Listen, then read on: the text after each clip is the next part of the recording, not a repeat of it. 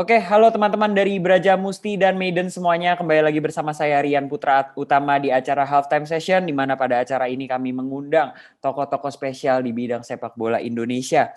Untuk episode hari ini, Halftime Session akan mendatangkan mantan kepala media digital PSSI yang menjadi tim inti atau tim sukses pencalonan Indonesia menjadi tuan rumah pada Piala Dunia U20. Langsung aja nih kita sapa nih, Pak Gatot Widakdo, Pak atau Mas ya? Mas aja kali ya.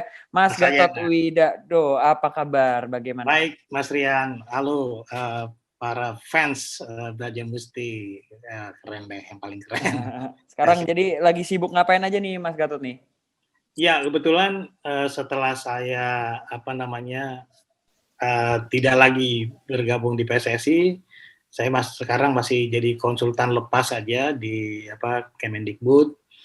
Kemudian juga saya masih menjalankan usaha saya juga di media, di visual TV, media online. Mungkin kalau ada video online tepatnya, itu yang saya dirikan 2017 lalu. Jadi dan ada beberapa kesibukan lain lah untuk aktiviti sehari-hari. Baik. Iya sih Mas Gatot, kita pengen ngobrol-ngobrol aja sih mengenai jabatan dari si media relation dan digital PSSI sih, kan melihat bahwa kayaknya kan ini sebagai salah satu front face dari PSSI ya berarti ya, karena kan semua tayang by media gitu. Jadi mungkin boleh diceritakan dulu Mas Gatot mengenai job desk-nya sih sebagai seorang media relation and digital dari PSSI itu apa aja ya? Oke, jadi saya bergabung itu di zaman ketika PSSI baru setelah terbebas sanksi bench, terus pengurusan baru Pak Edi Ramayadi dipilih 2016, tapi saya baru bergabung 2017. Kemudian saya secara orang profesional gitu kan menyampaikan CV-nya dan wawancara. Dalam proses wawancara saya diminta untuk mengelola di media relation dari PSSI, head of media. Tentu pada saat itu mungkin juga ada sebuah tantangan yang besar ya, karena memang PSSI dari mati suri kemudian ini hidup kembali, kemudian juga bagaimana memutar organisasi dengan waktu itu tantangannya adalah dengan dana yang bahkan dimulai tidak dari nol tapi dari minus. Nah, kebetulan saya sebagai Head of Media Relation and Digital Promotion itu setidaknya ada 4 KPI saya waktu itu, yaitu yang pertama adalah bagaimana membuat building image atau menjaga image federasi. Kemudian media relation, membangun hubungan dengan dengan teman-teman media. Kemudian juga media operation, itu kaitannya juga nanti dengan pada saat pertandingan kita itu link dengan AFC dan juga FIFA regulation. Kemudian juga yang paling penting adalah media communication, yaitu bagaimana saya membuka saluran-saluran komunikasi di PSSI yang selama ini mungkin pengalaman saya waktu dulu sebagai wartawan, kebetulan saya juga 15 tahun jadi wartawan Kompas. 2008 saya di olahraga, kemudian juga pernah liput di PSSI. Jadi bagaimana susahnya mendapatkan informasi atau data di PSSI. Nah, inilah saluran-saluran komunikasi inilah yang coba saya buka. Makanya pertama kali kita kita ada di sana, walaupun itu tadi dengan keterbatasan anggaran, dengan keterbatasan sumber daya, tapi kita bagaimana kita coba saluran-saluran komunikasi PSSI itu kita buka. Ya, makanya yang paling apalagi dengan perkembangan zaman sekarang adalah sosial media. Waktu saya masuk itu Twitter kita tuh baru berapa puluh ribu, kemudian juga Instagram juga baru berapa puluh ribu, berapa ratus ribu, YouTube juga baru berapa ribu. Ya alhamdulillah sekarang perkembangannya sudah sangat pesat. Instagram sudah sampai lebih 1,5 juta, Twitter pun juga sudah berkembang sangat baik karena kita secara bertahap memperbaiki konten-konten di sosial medianya, baik itu konten yang dalam bentuk tertulis maupun grafis maupun juga dengan video-video konten. Jadi itu yang awal-awal yang kita mulai. Nah, bagi saya itu juga waktu awal bergabung tantangannya adalah saya bilang bahwa PSSI ini ibarat gadis cantik, tapi kurang dilirik gitu loh. Gadis cantik tapi kurang dilirik ya, Nah, PSSI ya. PSSI. Kenapa? Saya bilang itu juga dulu ditanya juga sama pimpinan PSSI. Kenapa analoginya begitu? Iya, karena ini PSSI ini memang gadis yang cantik, cuman karena tidak dirawat, tidak sisiran, tidak bedakan, sehingga akhirnya tidak dilirik oleh orang gitu kan. Nah, artian juga kalau di realitanya adalah bagaimana partner-partner kita, mitra-mitra mau melirik PSSI kalau kita sendiri nggak berbenah wajahnya. Makanya kita harus membangun branding PSSI ini, yaitu dengan itu tadi, kita buka saluran-saluran komunikasinya, kemudian kita sosialisasi program harus kita sampaikan lewat saluran media relation, lewat sosial media kita. Nah, kemudian juga hubungan baik dengan teman-teman media ini juga kita buka. Jadi strategi-strategi itulah yang pada awal-awal itu kita mulai. Ini saya tertarik dari 4 KPI ini. Yang pertama sih sebenarnya Mas Gatot ya, mengenai si image building-nya itu. Sebenarnya kan kalau misalnya kita ketahui PSSI ini kan sangat erat banget sama yang namanya goyahan-goyahan lah gitu loh. Betul. Mulai dari hoax-hoax informasi, informasi yang tidak jelas dan lain sebagainya. Krisisnya tuh sangat inilah. Nah, bagaimana sih strateginya Mas Gatot ini dalam memanage krisis-krisis tersebut yang terjadi di PSSI gitu, melalui melalui si image building ini atau bagaimana gitu? Ya, yang pertama pasti ya, karena saya orang profesional dalam bekerja itu tentu saja saya bilang bahwa kita harus bekerja secara profesional juga. Artinya ketika saya sebagai direktur media, ketika saya menyarankan untuk melakukan ini, ya mereka juga harus tidak boleh menolak mentah-mentah apa yang saya sampaikan atau ide-ide yang saya sampaikan. Nah, jadi memang karena saya punya pengalaman bersinggungan langsung ketika saya jadi wartawan dengan PSSI adalah selama ini kan PSSI ini seringkali tertutup atau menutup-nutupi informasi, bahkan beberapa informasi itu dibelok kanan belok kiri, jadi tidak disampaikan secara jujur gitu loh, secara apa adanya. Nah, ketika saya masuk, saya ingin ada perubahan bahwa kita ingin menjadi good organization. Makanya kejujuran atau transparansi itu harus kita kedepankan. Ini salah satu contoh adalah case yang paling besar adalah ketika saya baru bergabung itu kan bulan Agustus. Kemudian kita bulan September itu ada uji coba melawan di Bekasi, lawannya apa ya, saya lupa. Jadi kemudian ada supporter setelah pertandingan itu selesai kemudian ada yang meninggal. Nah, pada saat itu kepanikan terjadi lah, biasa lah di organisasi, pimpinan juga panik, walaupun sempat ada tolong ini jangan sampai berita ini kemana-mana, tolong ditutup rapat-rapat. Nah, pada saat itu saya mengambil keputusan, saya bilang nggak bisa, kita bukan zamannya lagi menutup-nutupi informasi, bukan lagi kita mengeles dari suatu peristiwa. Jadi apa yang terjadi saat ini harus kita sampaikan sekarang. Ini mumpung ada wartawan semua masih di media center, ya udah langsung aja kita press conference, kita sampaikan apa adanya dan kita sampaikan apa yang akan kita lakukan. Dan kita juga kita sampaikan juga antisipasi berikutnya supaya kasus-kasus ini tidak terulang kembali. Tapi saat itu responnya yang ditanggapi oleh mungkin pengikut sepak bola yang mengikuti PSSI ini bagaimana saat itu dengan menerapkan strategi justru open begitu? Betul, dan karena saya prinsipnya gini, lebih baik kita mengendalikan komunikasi daripada kita akhirnya menangkis informasi-informasi yang nggak jelas. Itu akan lebih capek bagi kita untuk menyangkal atau mendinai sebuah kebenaran daripada kita menyampaikan kebenaran. Jadi sebisa mungkin sejak awal kita emang yang mengatur komunikasinya itu, jangan sampai kita kemudian harus berhadapan dengan untuk mengkonfirmasi hal yang A, B, C, D, E itu sangat melelahkan. Jadi sejak awal saya bilang kita harus komunikasi ini harus dari kita dan kita sampaikan secara apa adanya. Makanya ketika itu responsnya adalah berbalik.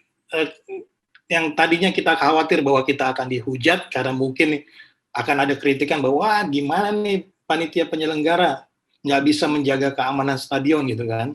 Tapi itu adalah fakta. Tapi kan kita juga menyampaikan faktanya juga bahwa di sini ada ketidakdisiplinan atau ketidakpedulian dari si supporter terhadap keselamatan dirinya, keselamatan orang lain. Jadi informasi itu juga kita sampaikan, dan akhirnya karena kita menyampaikan secara transparan, terbuka, jujur, dan kita juga menyampaikan empati kepada keluarga korban, alhamdulillah informasi yang bergulir saat itu adalah kita justru tidak mendapatkan kecaman atau bulian, walaupun ada sedikit, tapi dampaknya nggak banyak. Justru malah kita dibantu oleh masyarakat menilai bahwa memang nih supporter Indonesia yang harus berubah secara mindsetnya, jangan lagi rusuh lah, harus benar-benar tertib lah, sehingga sepak bola itu jadi kita campaign juga bahwa sepak bola itu menjadi hiburan buat keluarga. Nah, itu yang terus kita campaignkan setiap hari lewat sosial media kita dan juga bantuan teman-teman media. Jadi memang kejujuran ini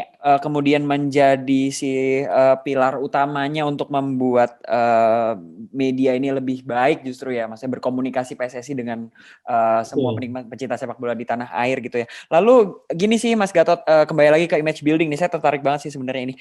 Saya nggak berbicara soal PSSI yang zaman sekarang, tapi mungkin bercerita ke PSSI zaman pada saat Mas Gatot menjabat. Pada saat itu sebenarnya image seperti apa sih yang ingin didapatkan dari PSSI gitu? Apa sih yang dicita-citakan nih PSSI pengen di branding seperti apa sih gitu?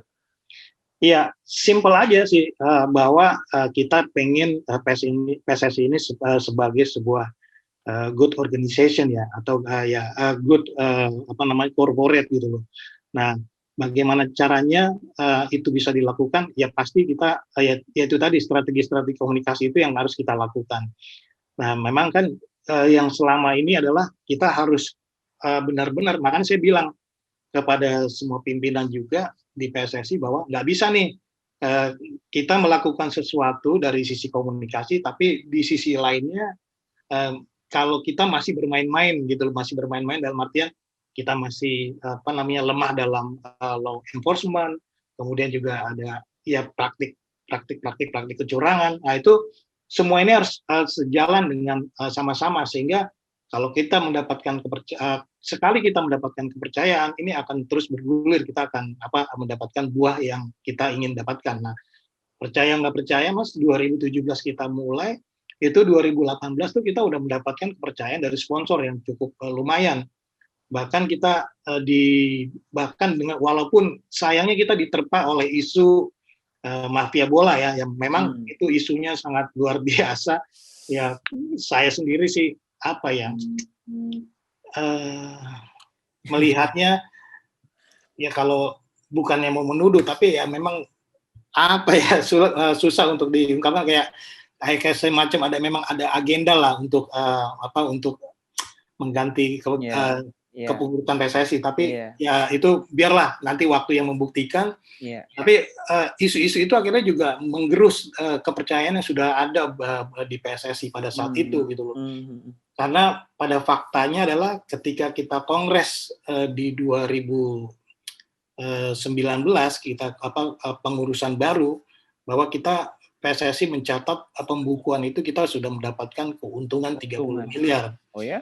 Jadi yang tadinya kita minus, organisasi itu mendapatkan keuntungan. Jadi keuntungan dari mana itu? Ya dari unit bisnis kita yang kita bisa jalankan. Makanya selain juga kita dapat sponsor, kita juga menjalankan unit bisnis. Kayak misalkan kita buka store juga, terus kita banyaklah melakukan terobosan kerjasama dengan sponsor, sehingga akhirnya biaya-biaya itu bisa tertutupi dari sponsor itu. Dan yang paling penting memang itu tadi, kepercayaan dari sponsor, akhirnya kita bisa menjalankan roda organisasi dengan baik. Kita bahkan dari minus kemudian jadi surplus. Bahkan boleh dicek bahwa kemarin itu kita tidak cuma menghidupkan organisasi tapi juga bagaimana kita berhasil menutup utang-utang sebelumnya. Jadi peninggalan sebelumnya, utang-utang itu berhasil kita tutup gitu. Jadi ya buat saya, buat teman-teman kita itu waktu itu adalah ya ada kepuasan aja bahwa kita at least dalam perjalanan sejarah di organisasi PSSI kita sudah berbuat sesuatu lah ya sampai puncaknya itu kita mendapatkan kepercayaan menjadi tuan rumah di Piala Dunia U21 ya pada U20 tahun depan. Jadi di situlah kepuasan kita itu mungkin ya kita sama teman-teman kita ya yang penting kita sudah memberikan legasi lah seperti itu. Iya sih Mas Gatot, ini seru banget ya tadi ya topik obrolannya, cuma kita karena ada durasi gitu ya mungkin satu pertanyaan lagi deh gitu nih. Pertanyaan saya lebih ke gini sih, Mas Gatot ini kan sekarang sudah tidak menjabat di PSSI gitu, ada nggak sih Mas maksudnya kayak PR-PR yang belum terjalankan, mimpi-mimpi yang belum sempat dituangkan yang kira-kira ingin Mas Gatot bagi gitu, kayaknya akan lebih indah kalau PSSI bisa begini begitu dan lain sebagainya, mungkin ada yang mau disampaikan? Sebenarnya kemarin kita boleh dibilang bahwa kepengurusan kemarin itu mencoba untuk meletakkan pondasinya. Sebenarnya kalau program-program yang ini dilanjutkan aja, insya Allah organisasi itu udah on track gitu loh. Cuman memang kan tidak bisa dipungkiri, kita juga terpukul oleh adanya pandemi corona ya. Tapi secara organisasi kita sebenarnya sudah meletakkan pondasinya. Nah itu kalau itu bisa dilanjutkan, let's say dari sisi di bidang media lah, itu program-program yang kemarin itu dilanjutkan aja, insya Allah sih kita udah bisa melanjutkan, bisa memperbaiki citra PSSI itu juga bisa lebih baik. Jadi ya tinggal melanjutkan aja program-program yang kemarin. Artinya oke, pengurus baru berhaklah mempunyai program-program membuat program, tapi program-program yang bagus, yang sudah baik ya harusnya tetap dipertahankan, tinggal mengoreksi aja program-program yang kurang baik. Dan kita sendiri memang mengakui juga bahwa belum sempurna, karena memang itu tadi kita keterbatasan anggaran, terus juga sumber dayanya juga waktu itu belum komplit. Nah sekarang perlahan-lahan kita juga udah diisi oleh orang-orang profesional tuh waktu itu, dan sebenarnya kayak sudah berjalan dari sisi bisnisnya. Nah ini tinggal bagaimana selanjutnya dalam mengelola itu semua lagi aja itu. Wah seru banget sih Mas Gatot untuk hari ini obrolannya nih. Masih pagi ya obrolannya udah cukup mendalam gitu loh. Ya makasih banget sih untuk Mas Gatot ya buat pengalamannya, cerita-ceritanya, karena hal-hal seperti ini sebenarnya banyak nih dari teman-teman supporter tuh yang ingin tahu gitu. Jadi kita benar-benar berterima kasih sekali atas waktunya sih. Kurang lebih begitu aja teman-teman dari Brajamusti dan Maiden semuanya. Jangan lupa untuk like, komen, dan subscribe juga dari YouTube PSIM Jogja Official. Dan jangan lupa juga untuk follow Instagram official kita di @psimjogja_official dan check out juga @psim store untuk merchandise terbarunya. Mas Gatot mungkin sebelum menutup nih mau ngajak Mas Gatot untuk menyebutkan slogan dari PSIM nih. Nanti saya akan ngomong untuk PSIM, kita berdua akan sama-sama ngomong labrak gitu ya Mas ya. Oke. Labrak ya. Labrak, oke. Ya, 1, 2, 3 untuk PSIM. Labrak. Siap. Makasih banyak Mas Gatot. Oke, Mas. Salam.